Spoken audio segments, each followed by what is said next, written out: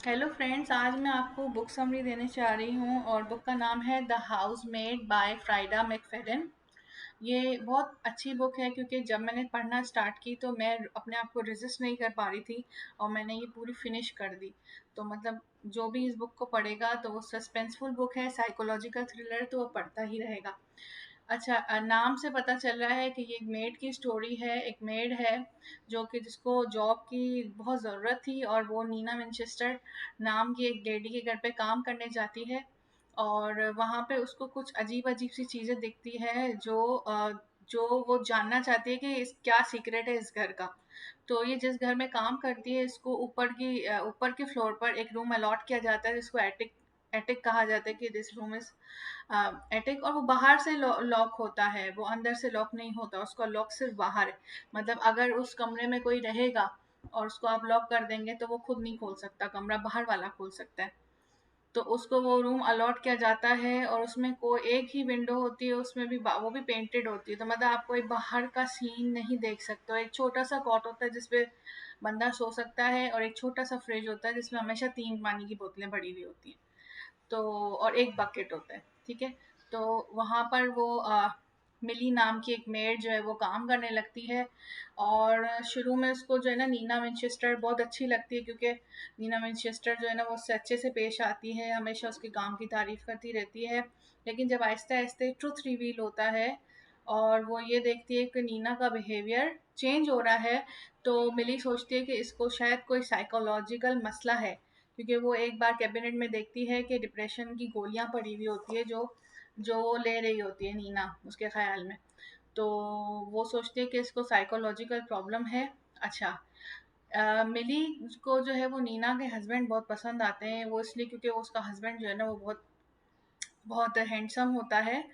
और as compare to Nina, Nina बहुत fat और बहुत ओबेस्ड और अगली किस्म की लग रही होती है। और जैसे उसकी लिपस्टिक फैली हुई होती है हमेशा उसके मुंह पे, मतलब क्लीन नहीं होती, अजीब सी होती है। और उसके बरक्स जो है ना वो जो लड़का है हस्बैंड वो बहुत खूबसूरत होता है। इनकी एक बेटी होती है सिसेलिया, और जो बाद में पता चलता है कि सिर्फ उस नीना की बेटी है, वो उसका स्टेप फादर होता है, जो उसका हस्बैंड है नीना का।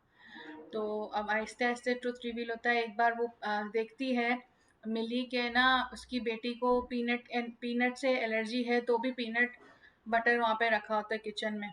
अच्छा, फिर आहिस्ते आहिस्ते जब मिली काम करने लगती है, बहुत अच्छा काम करती है, उसके बावजूद नीना उसको हर बात पर टोकती रहती है। और नीना है ना बात करके भूल जाती है कि मैंने ये भूल बोला था। फॉर एग्जाम्पल, मेरे बच्चे को पिक कर लो, तो अब जब मेड पिक करने जा रही है तो कोई और पिक करने आया हुआ है। जब मेड उसको बोल रही है कि भाई मुझे पिक करने के लिए बोला है, तो वो फ़ोन करती है, बोलती है नहीं मैंने तुम्हें नहीं बोला था पिक करने के लिए, तुम जब अपना काम करो।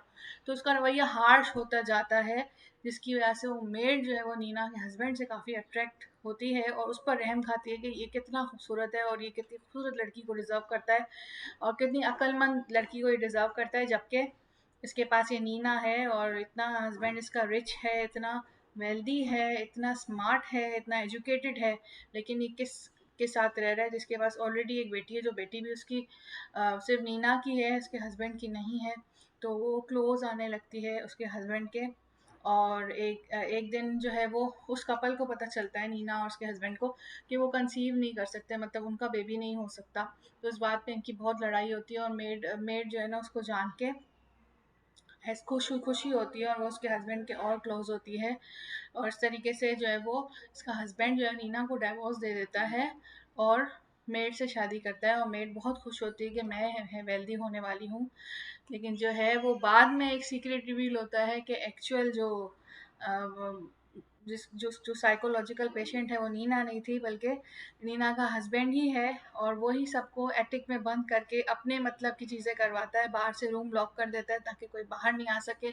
और जो उसको करवाना होता है उस बंदे से, जैसे 20 पुशअप्स मारो या ये करो तब मैं जाके डोर खोलूँगा, बंदे को यूरिन भी आ रहा होता है, कुछ भी हो रहा होता है, तो वो बाहर नहीं आ सकता है। तो जब मेड के साथ ये सब होता है तो उसको पता चल जाता है कि नीना जो है सिर्फ अपने आप को बचाने के लिए और यहाँ से बाहर निकलने के लिए और डाइवोर्स हासिल करने के लिए मिली को जो है वो अपने हस्बैंड के करीब ला रही थी।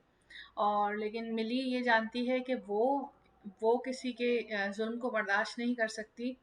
तो वो एक दिन किसी बहाने से उसके हस्बैंड को ही, यानी जो अब इसका हस्बैंड है, उसको एटिक में बंद कर देती है और अपने मतलब के काम करवाती है, और आखिर तक डोर नहीं खोलती, और आखिरकार जो है वो उसकी डेथ हो जाती है। और फिर फनरल पे जब आती है उसकी मदर, जो हस्बैंड थे उसकी मदर, तो मदर बोलती है जो हुआ इसके साथ अच्छा हुआ। मैं कहती थी ना कि इसका ये बात नहीं मानता है, जो मैं बोलूँगी वो उसको करना पड़ेगा। तो उससे ये साबित होता है कि एक्चुअली जो है इसकी मामा का जो रवैया था चाइल्डहुड में इसके इस बंदे के साथ सही नहीं था, जिसकी वजह से ये ग्रोन अप ही ऐसे हुआ कि एक मतलब साइकोलॉजिकल पेशेंट बन चुका था।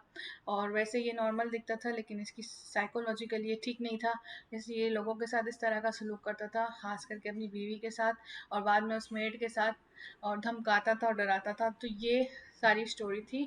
बहुत प्यारी स्टोरी है, इसको खुद पढ़ेंगे तो बहुत अच्छा लगेगा आपको पढ़ के। तो मैं आपको इसका ब्लर्ब थोड़ा सा पढ़ के बताती हूँ। Every day I clean the Winchester's beautiful house top to bottom. I collect their daughter from school and I cook a delicious meal for the whole family before heading up to eat alone in my tiny room on the top floor. I try to ignore how Nina makes a mess just to watch me clean it up, how she tells strange lies about her own daughter, and how her husband Andrew seems more broken every day. But as I look into Andrew's handsome brown eyes so full of pain, it's hard not to imagine what it would be like to live Nina's life. The walk in closet, the fancy car, the perfect husband.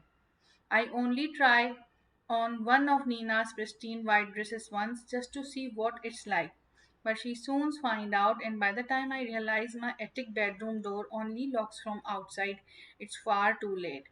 But I reassure myself the Winchesters don't know who I really am. They don't know what I am capable of. तो ये मिली के लफ्ज़ हैं, तो ये ज़रूर पढ़िएगा, ये बहुत अच्छी स्टोरी है। अल्लाह हाफिज़।